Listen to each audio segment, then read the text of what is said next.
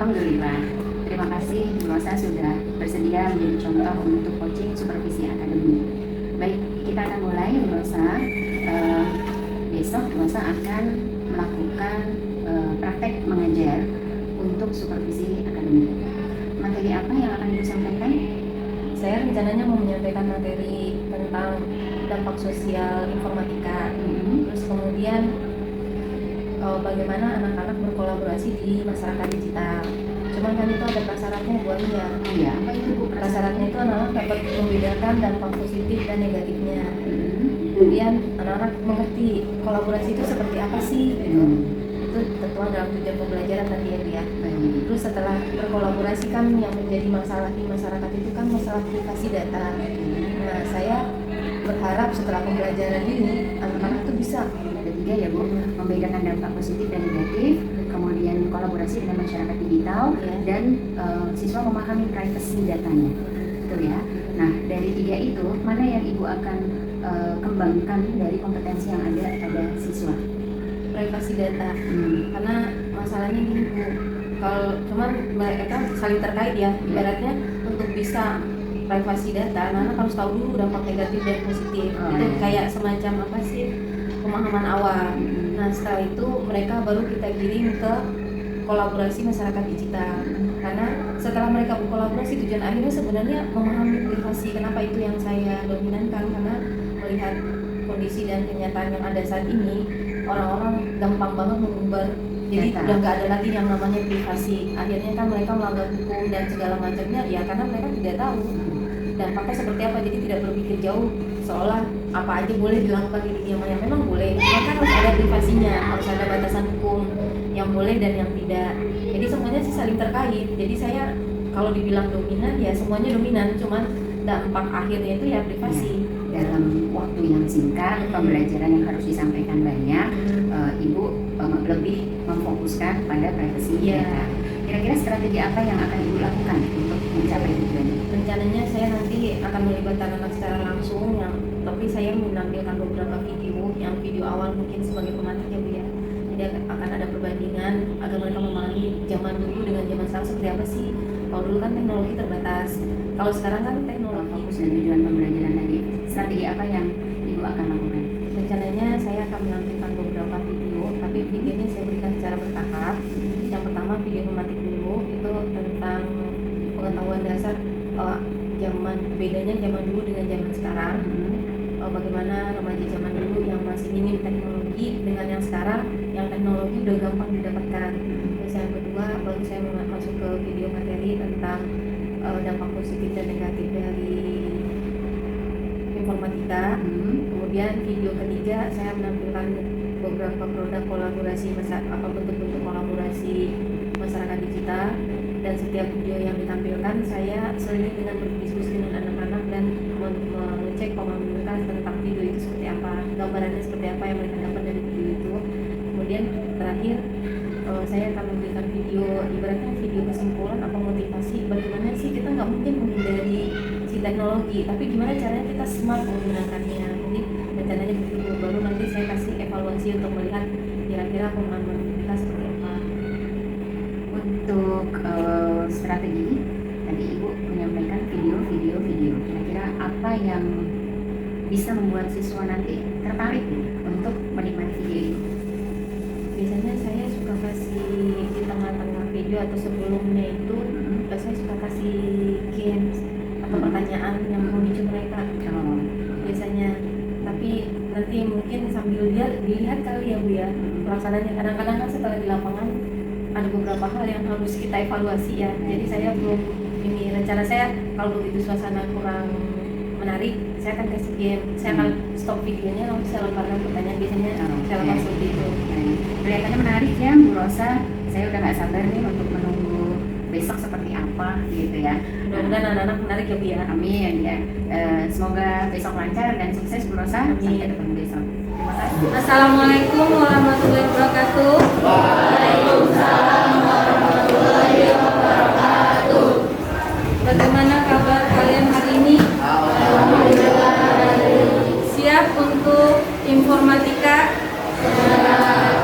Nah, sebelum kita mulai, hari ini kita akan membahas tentang dampak sosial informatika ke dalam kehidupan sehari-hari. Intinya itu.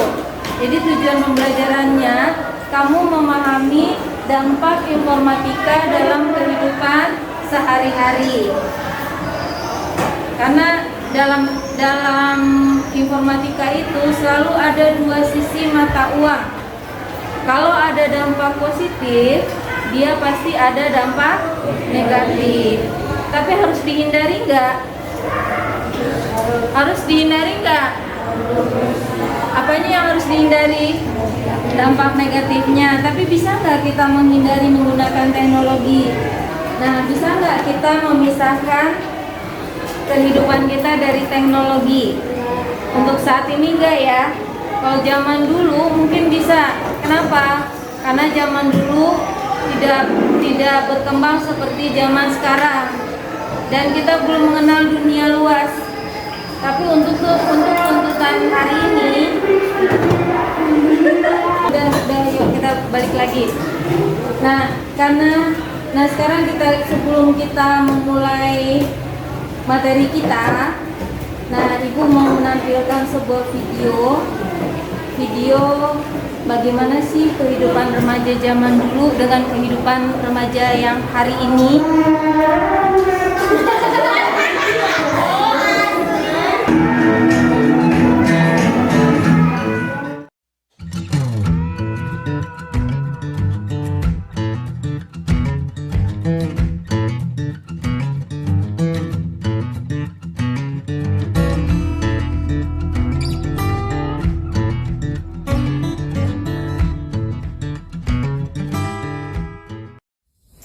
Selamat datang di media pembelajaran informatika SMP kelas 7.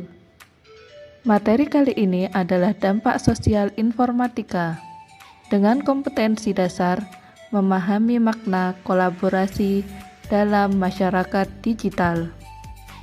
Teknologi yang baik. Kalau pakai komputer gampang nyari contekan? Apalagi pakai HP ya. Bener ya Dit ya? Nyari jawabannya gampang kan di internet. Bener, Adit langsung bener. Bener nggak? Anak kecanduan main gawai. Bener, udah banyak kasus ya. Banyak. Gawai itu HP, kecanduan main HP. Jadi bukan HP-nya dipakai belajar lagi. Semoga kalian selalu berada sehat semua ya. Kembali lagi dengan saya Faizal. Kali ini kita akan masuk pada pembahasan materi kolaborasi dalam masyarakat digital. Apakah kalian tahu apa itu kolaborasi? Pasti kalian asing ya dengan kata kolaborasi. Oke, sekarang coba Pak Izam akan memberikan pertanyaan ke kalian. Pernah nggak sih kalian itu memesan makanan secara online lewat HP? Pernah nggak sih kalian itu membeli barang lewat aplikasi? Dilakukan oleh mencapai tujuan bersama. Contohnya, memberi makanan online, siapa aja berkolaborasi di sana? Penjual, pembeli, pengantar, dan aplikasi. Ya kan? Pakai aplikasi nggak? Oke. Penjual, pembeli, pengirim atau pengantar makanan, kemudian aplikasi. Itu namanya kolaborasi dalam masyarakat digital. Tujuannya apa? Kalau tujuannya apa? Mencapai tujuan bersama. Kalau tujuannya penjual ngapain? Jual makanannya. Kalau pembeli, membeli makanannya. Kalau aplikasi, menjual aplikasi. Kalau pengirim, mendapatkan jasa dari proses pengirimannya. Semuanya memiliki nilai ekonomi. Nah, sampai di sini ada pertanyaan? Bisa memahaminya? Nah, kesimpulannya apa pelajaran kita hari ini? Bahwa dalam teknologi informasi ada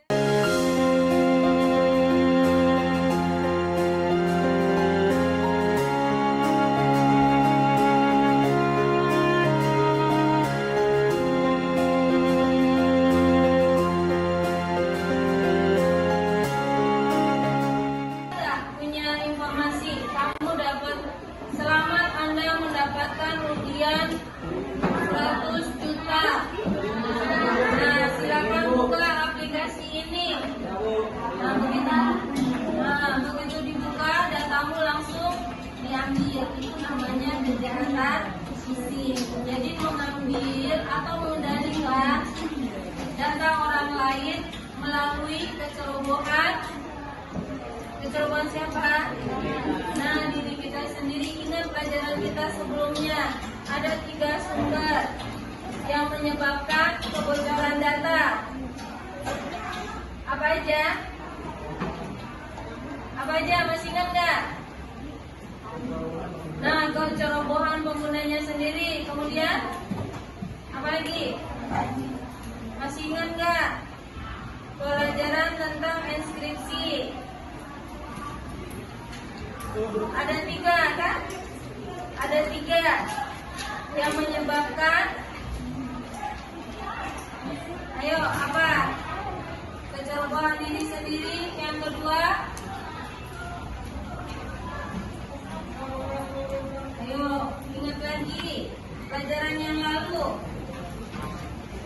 Selain kecerobohan diri sendiri, 2 lagi apa? Adalah bentuk kejahatan dunia maya dengan cara memasukkan data pada dokumen-dokumen penting yang tersimpan melalui internet. Illegal content merupakan kejahatan dengan cara memasukkan data atau informasi ke internet tentang sesuatu yang tidak benar, dianggap melanggar hukum dan mengganggu ketertiban umum. Contohnya adalah pemuatan suatu berita bohong atau fitnah yang akan menghancurkan harga diri orang lain. Cracking adalah kejahatan dengan menggunakan teknologi komputer yang dilakukan untuk merusak sistem keamanan suatu sistem komputer dan biasanya melakukan pencurian. Phishing adalah bentuk kejahatan yang dibuat untuk mengejar orang lain agar memberikan data pribadinya pada situs yang disiapkan oleh pelaku kejahatan. Situs tersebut dibuat sedemikian rupa untuk menyerupai situs perusahaan tertentu. Kemudian korban diminta memberikan data pribadinya oleh situs palsu tersebut.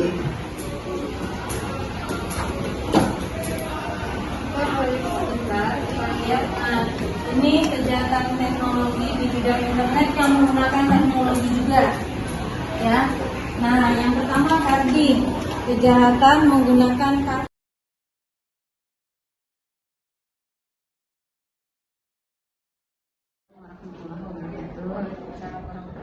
Apa kabar Bu Rosa?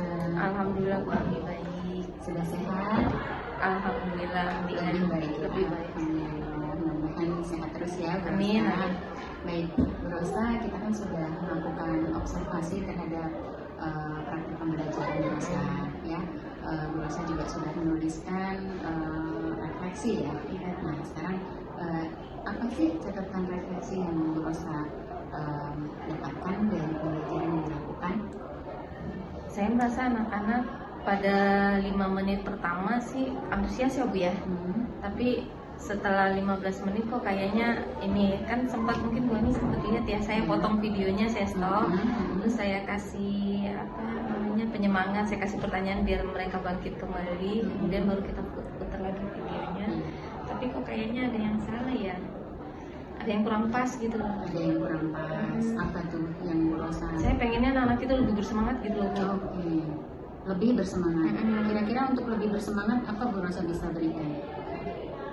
Atau pancing ya? Apa yang bisa memancing semangat? Saya kan sebenarnya coba pancing dengan pertanyaannya, tapi hanya sebagian gitu, nggak semuanya ikut antusias ya.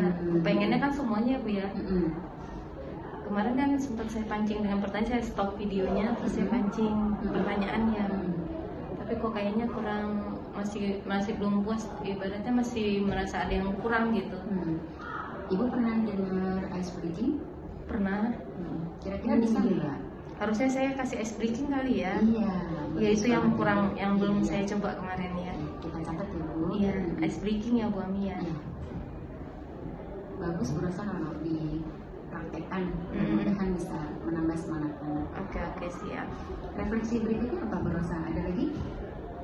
Kayaknya anak-anak harus dibikin berkelompok deh Bu. Oh iya. Jadi mereka Supaya- dikasih kesempatan berdiskusi antar mereka dulu. Wah, bagus banget. Baru nanti kita iniin, terus nanti mereka nampilin hasil diskusinya. Nanti baru kita puterin video lagi. Kayaknya itu lebih menarik kayaknya ya. Jadi kesempatan mereka untuk berliterasi juga sebenarnya. Jadi Bu Rosa berencana untuk membuat kelompok, terus jadi- kemudian mereka diskusi Iya. dalam kelompok dan kemudian mempresentasikan. Iya. Itu Hasil lebih diskusinya. lebih mengena. Iya. Ya. Baik. Mungkin sumber belajarnya akan saya tambah dengan HP kali ya, dan beberapa web yang berhubungan dengan materi, biar mereka bisa mencari, Jadi ada explore apa sendiri. itu tadi namanya? Literasi, ya, variasi Variasi literasi ya. sama diskusi berkelompok Atau kayaknya. istilahnya di konten ya Bu. Iya. Konten pembelajaran. Jadi biar lebih menarik lagi ya. Mm. Selanjutnya ada lagi Ibu? Kayaknya itu dulu ya Bu yang pengen mencoba merubahnya ke bentuk seperti itu mungkin karena kan gimana pun kan materinya itu apa ya, dekat dengan mereka dan cuman mereka belum bisa menggalinya itu karena mereka mungkin belum bisa membedakan kali ya. Jadi kan kalau kayak gitu kayaknya perlu literasi lebih dan diskusi lebih intens. Iya. Pengennya dari mereka, jadi kita hanya tinggal meluruskannya aja. Cakep Bu. Ya, kalau dari anak akan lebih Mengenal, karena sebenarnya itu dekat dengan mereka dan sering mereka lakukan, cuman mereka nggak tahu membedakan aja. Baik, ya. Baik Bu Rosa, itu refleksinya sudah bagus. Sekarang kita lanjutkan untuk catatan-catatan ya. Berarti saya sedikit menyimpulkan ya, menegaskan apa yang sudah disampaikan Bu Rosa bahwa hal-hal yang perlu diperbaiki ya atau diiterasi ya, istilahnya iterasi adalah perbaikan yang terus menerus. Pasti kita kan nggak akan ada idealnya gitu ya. Itu tadi yang pertama adalah ice breaking, kemudian membuat kelompok dan variasi dalam konten pembelajaran. Oke. Nah, rencana tindak lanjut Bu Rosa kira-kira apa ya?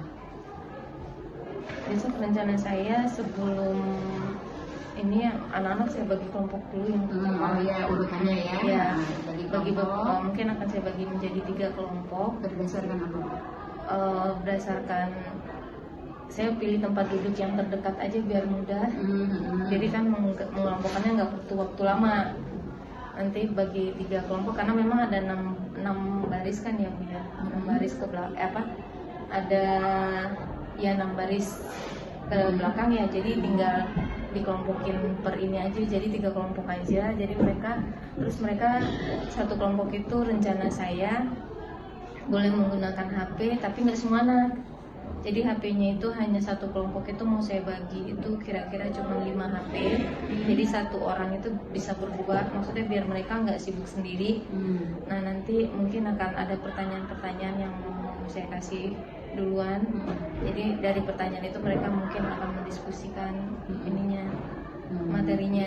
Pertanyaan itu sesuai dengan materi ya Bu ya. Karena kemarin kan materi intinya itu kan dampak negatif dan positif informatika, kemudian privasi data. Jadi pertanyaan itu berhubungan dengan itu. Yang kurang pas itu kemarin anak-anak kayaknya masih bingung itu yang membedakan data personal yang sifatnya personal dan sifatnya privasi. Personal tapi privasi, nggak boleh dibagikan ke orang sembarangan. Dan kapan dia boleh membagikan data private-nya itu ke orang dan orang yang seperti apa. Karena kan bagaimanapun kalau ketika kita berkolaborasi di dunia digital, di masyarakat digital, data-data private kita itu pasti harus kita bagi. Cuman yang mana sih yang boleh dibagi dan mana yang nggak boleh dibagi, dan kemana yang boleh dibagi dan ke mana yang nggak boleh dibagi, itu yang anak-anak masih harus lebih banyak penekanan di sana. Karena sebenarnya dampak sosial itu ya pada konsep akhirnya anak-anak mengerti kalau ada hukum yang menanti mereka kalau mereka sembarangan gitu, atau ada kerugian yang mereka hadapi karena datanya dicuri. Jadi itu penekanannya sih sebenarnya Bu untuk materi ini. Oke, saya mau bertanya nih Bu Rosa, kenapa HP tidak semua pegang? Kalau semua pegang, mereka sibuk sendiri, jadi nggak jadi diskusi. Oh, jadi main sendiri semua. Oke. Kan kita maunya HP itu maksimal ya. Dan dalam artian gini, kalau mereka saya kasih berarti mereka tugas mandiri, bukan tugas kelompok. Iya. Jadi biar nggak sibuk sendiri. Jadi dia tetap berdiskusi, tetap membaca, tetap ini. Tetap melakukan apa yang Iya. diminta ya. Jadi kalau dari yang disampaikan Bu Rosa itu anak-anak dibuat penyadaran ya, yang ini boleh, yang ini nggak boleh. Iya. Itu Bu Rosa menyampaikannya gimana? Jadi nanti Selain paparan ya? Iya. Selain paparan gimana? Jadi nanti mereka, saya akan terakhir nanti artinya gini, penekanan ke mereka setelah mereka lewatin diskusi nanti kita baru, nanti kan kita mengarahkan ya Bu ya, oh yang boleh itu yang seperti apa dan kapan, dan mereka tahu kan sebenarnya dari Kominfo itu ada untuk memeriksa web-web yang valid dan yang hoax itu ada. Jadi mungkin mereka bisa mulai ngecek benar nggak sih gitu, ini infonya valid apa enggak. Kalau modelnya seperti ini berarti itu mengarahkan dia. Jadi mereka mulai berpikir sebenarnya melahirkan apa ya? Anak-anak itu mampu berpikir sendiri. Oh ini kayaknya Jadi kesimpulan. bisa menyimpulkan sendiri. Oh ini hoax, ini valid gitu. Jadi mereka bisa memverifikasi sendiri. Karena kan kita nggak mungkin melarang atau menyembunyikan hoax itu nggak mungkin, karena itu bergentayangan, namanya di diam aja siapa aja boleh gitu. Cuman maksudnya anak kita ini bisa gitu loh Bu. Jadi dari dirinya dia sendiri kita ngebatasin juga nggak bisa sebenarnya. Karena sekarang itu semua dalam genggaman. Nah, jadi jangankan anak-anak ya, orang dewasa aja saya agak ragu mampu nggak sih kadang-kadang Membedakan. ya.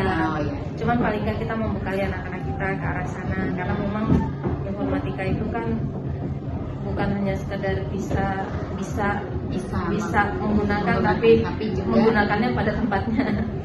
menggunakan pada tempatnya. Yang kadang bahkan orang dewasa pun ada yang belum bisa. Nah, Jadi kita tugas Iya. Bu Rosa ini lebih jadi sebenarnya saya tidak mengajarkan detail programnya, bukan itu maksudnya, tapi mereka bisa membedakan aja, itu udah luar biasa Bu Ami sebenarnya. Kalau lihat dari segi apa sih namanya, baru nanti kan berhubung, karena kan ini pelajarannya kan berhubungan dengan pengembangan karakter dan segala macamnya. Nanti kalau mereka dari sana bisa membedakan, artinya kita berharap ya nggak sembarangan share yang belum valid gitu. Iya. Yang hoax gitu ya. Iya. Baik, kalau dilihat dari catatan pasca observasi ini, apa yang sudah Bu Rosa lakukan itu sudah bagus ya. Artinya apa yang kurang itu akan diperbaiki, ada rencana tindak lanjutnya. Kemudian dari refleksi itu juga Ibu sudah mengungkapkan beberapa hal yang akan menjadi tindak lanjut ya. Terima kasih banyak Bu Rosa, semoga apa yang kita bicarakan hari ini bisa terrealisasi, bisa bermanfaat juga untuk Ibu dan anak-anak. Terima kasih sekali lagi. Assalamualaikum warahmatullahi wabarakatuh. Waalaikumsalam.